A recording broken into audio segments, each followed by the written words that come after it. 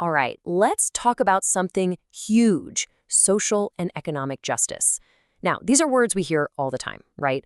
But what do they actually mean when the rubber meets the road? Today, we're going to break down how we can take these massive ideas and turn them into real, practical actions you can actually do. So that's the big question we're tackling. What does social and economic justice actually look like out there? I mean, it's one thing to read a definition in a textbook, but it's a completely different thing to see it, to feel it, and to understand how it works in our daily lives. That's what this is all about, getting out of the theory and into the real world. So, here's the game plan. First, we're going to look at poverty and why it's so much more than just not having money. Then, we'll dive into our own power as consumers. And after that, we'll look at gender equality in action. We'll wrap up the principles by doing a community audit. And finally, we'll pull it all together. Okay, let's jump right in with our first section: poverty. This isn't just about being broke. It's about a whole complicated web of challenges. We're going to explore why that simple advice you always hear, just be more frugal, completely misses the point for so many people.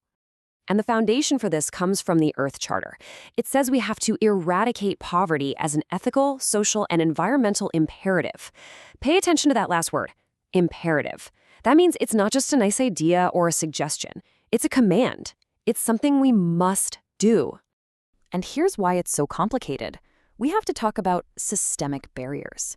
These are the obstacles that are literally built into our social and economic systems. Things like underfunded schools, a lack of affordable healthcare, or housing deserts. These are the things that can keep someone trapped, no matter how hard they work. It's not about individual effort, it's about the system they're trying to navigate. So how do we even begin to understand this? Well, one really powerful tool is a poverty simulation. There's an online game called Spent, where you try to make it through 1 month on a low-wage budget. It is an absolutely eye-opening experience because you see firsthand how one unexpected problem, like your car breaking down or your kid getting sick, can throw your entire life into chaos. You know, thinking about those systemic barriers leads us perfectly into our next topic: the economy. More specifically, let's talk about the incredible power and the responsibility that each and every one of us holds as a consumer. The guiding principle here is that our economic systems should be designed to help people thrive, everyone, equitably. The economy should be a tool for human well-being, not just for profit. So the question becomes, is it actually doing that job? Well, here's a really practical action you can take: an ethical consumer audit. Just pick 3 brands you love or that you buy from all the time and do a little digging online about their supply chains. Look for things like fair trade certifications or see if they're a B Corp. That's a special status for companies committed to high social and environmental standards. It's a simple way to connect the things you buy to the lives of people all over the world. All right, our third major topic is gender. And this isn't some separate issue that we can deal with later. It's a core, fundamental piece of the entire social and economic justice puzzle. And the principle here couldn't be clearer.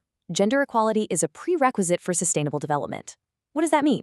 It means you can't have one without the other. A just and thriving world is simply impossible without making sure all genders have universal access to things like education, healthcare, and economic opportunity. And if you want to see why this is so critical, just look at this chart. The data paints a really stark picture. Globally, women perform about 66% of the world's work, but they earn only 10% of the world's income. I mean, that's not a gap, that's a chasm. It shows you just how far we really have to go.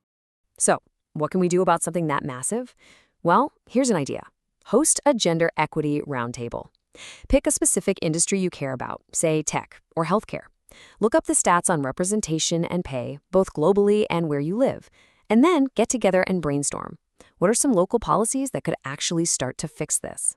This is about moving from just seeing the problem to actively trying to solve it. And that brings us to our fourth and final principle. This one brings the idea of justice right to your front door, into the places where you live, work, and play. This is all about dignity. The principle is to uphold the right of all people to live in an environment that supports their dignity and their well-being. And notice it specifically calls out the rights of Indigenous peoples and minorities, because these are often the groups that face the biggest environmental and social hurdles. To make this real, you can do what's called a dignity walk right in your own community.